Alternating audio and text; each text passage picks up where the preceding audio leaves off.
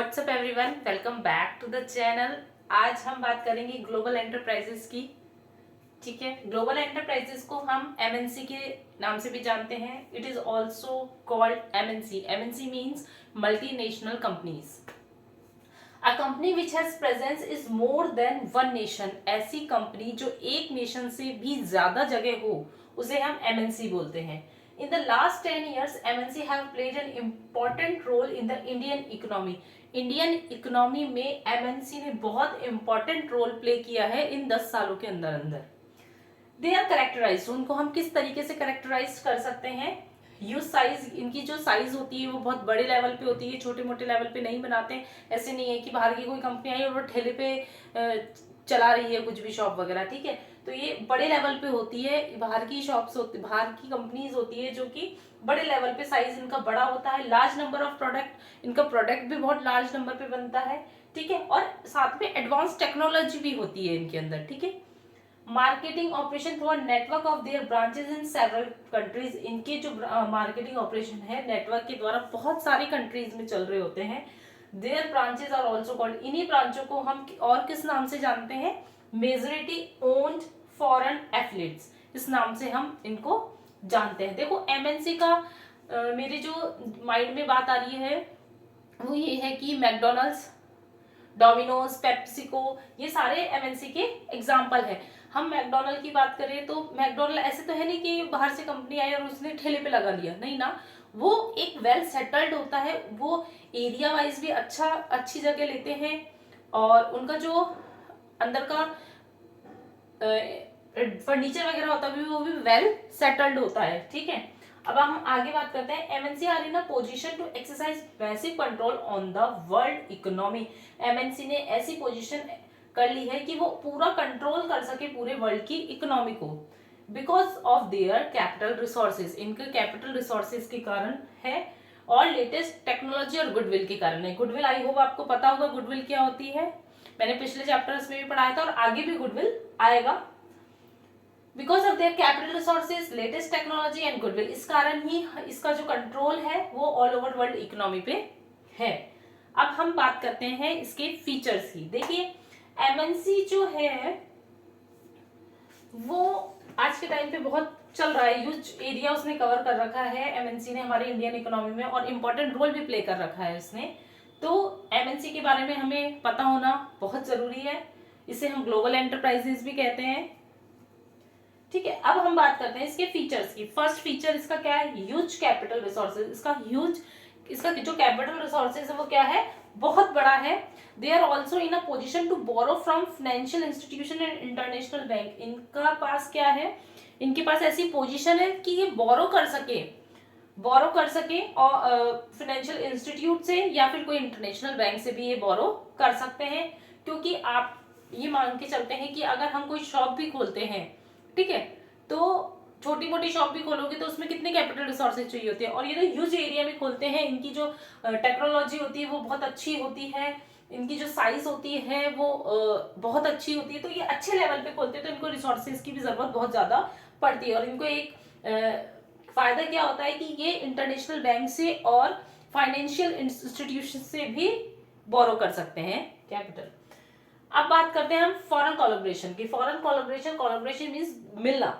Collaboration जो होता है वो क्या होता है? एमएनसी जो है कोलैबोरेट करती है किससे?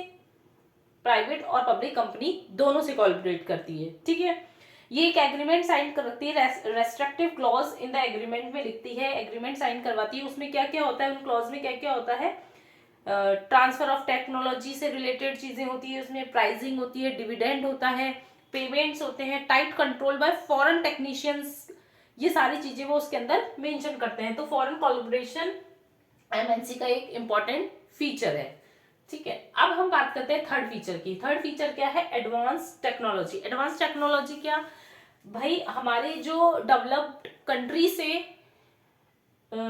एमएनसी आ रहा है, सपोज यूएसए से, सपोज मैकडोनल्ड है जो हमारी कंट्री में आया, हमारी कंट्री डेवलपिंग कंट्री है, ठीक है, तो वहां की जो टेक्नोलॉजी होगी वो हमारे से बहुत अच्छी होगी, बहुत हायर पे होगी, तो वहां की टेक्नोलॉजी वो यूज करते हैं, तो हमें भी इंट्रोड्यूस करवाते हैं वो न्यू न्यू टेक्नोलॉजी से, ताकि हमें पता चलती है कि अच्छा हम इस लेवल पे हैं और वो टेक्नोलॉजी कहाँ जा रही है। जैसे सपोज मैं एग्जाम्पल लिखती हूँ मैकडोनल्ड का।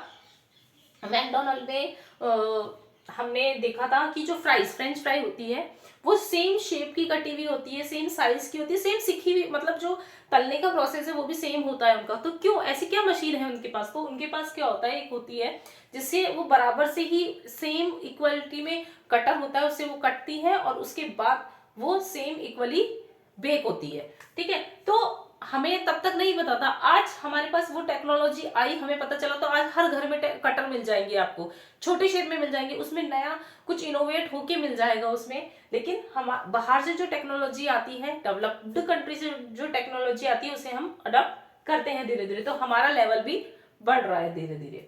अब हम बात करते हैं प्रोडक्ट इनोवेशन की। प्रोडक्ट इनोवेशन सेम, मैं मैकडोनल्ड की बात करूं तो मैकडी में क्या है कि पहले बर्गर मिलता था 170 180, तो शायद ही कोई अफोर्ड कर सकता था उस टाइम पे, जब शुरू शुरू में स्टार्टिंग में मैकडोनल्ड हमारे यहाँ आया था। तो उन्होंने क्या सोचा कि ये हमारा चल नहीं रहा, यहाँ पे बहुत कम लोग हैं जो ये परचेज कर रहे हैं, ठीक है, तो उन्होंने सोचा कि इनके लेवल के अकॉर्डिंग हमें कुछ बनाना चाहिए ताकि हमारी जो सेल है वो ज्यादा हो। तो उन्होंने क्या किया, उन्होंने इनोवेट किया मैक आलू टिक्की, ठीक है, जो ज्यादा से ज्यादा 35-40 की आपको मिल जाती है। तो ठीक है, उन्होंने ये इनोवेट किया यहाँ, और यहाँ बहुत अच्छी चली वो, उसकी बहुत सेल हुई। तो उन्होंने क्या किया, इस प्रोडक्ट को जहां जहां जरूरत थी, जहां जहां इनकी जो ब्रांचेस थी वहां उन्होंने बताया, और वहां पे भी ये चलने लग गई। तो नया प्रोडक्ट भी इनोवेशन हो सकता है। मार्केटिंग स्ट्रेटेजी, तो जो ग्लोबल एंटरप्राइजेज है या फिर जो एमएनसी कंपनीज है, मल्टीनेशनल कंपनीज है, उनकी जो मार्केट स्ट्रेटेजी है बहुत इफेक्टिव होती है, वो बहुत मोर इफेक्टिव होती है, ठीक है। उसमें हम क्या देखते हैं, दे यूज अग्रेसिव मार्केटिंग स्ट्रेटेजी, वो अग्रेसिव मार्केटिंग स्ट्रेटेजी बनाते हैं ताकि जो उनकी सेल्स है वो इंक्रीज हो, किस पीरियड में, शॉर्ट पीरियड में, उनकी जो सेल्स है वो इंक्रीज हो इन शॉर्ट पीरियड में, ठीक है। उनकी जो एडवर्टाइजमेंट और सेल प्रमोशन टेक्निक्स होती है वो नॉर्मली बहुत ज्यादा इफेक्टिव होती है, ठीक है, since they already have carved out a place for themselves in global market and their branches are well known, selling their product is not a problem. उनकी कोई बड़ी प्रॉब्लम नहीं होती प्रोडक्ट को सेल करना, क्योंकि वो वैसे ही, उनका जो मार्केटिंग स्ट्रेटेजी इतनी स्ट्रांग होती है तो वो अपने आप सेलिंग स्टार्ट रहती है उनके, अच्छी रहती है उनके। नेक्स्ट जो हमारा फीचर वो है expansion of market territory. Expansion of market territory, आपको पता है हमारा जो एमएनसी है वो बहुत ह्यूज साइज का है, लार्ज नंबर ऑफ प्रोडक्ट बनते हैं, तो ऑटोमेटिकली मार्केट टेरिटरी क्या है, एक्सपेंशन बढ़ रही है मार्केट टेरिटरी, ठीक है। Due to their giant size, मैंने वही बताया, उसकी जियांट साइज होने के कारण उसने जो पोजीशन, डोमिनेट पोजीशन मार्केट में ऑक्यूपाई कर रखी है, ठीक है। हम ब्रांड के नेम से सब, कई बार क्या होता है कि वो थोड़ी आके बना रहे हैं, हम क्या करते हैं कि हमारे कोई बंदा है उसने क्या किया कि फॉरेन उससे कोलैबोरेट किया और उसने बोला कि हाँ मैं आपका नेम यूज करके, ब्रांड यूज करके मैं इसको चला लेता हूँ यहाँ पर, तो हम क्या करते हैं उस तरीके से हम चला लेते हैं।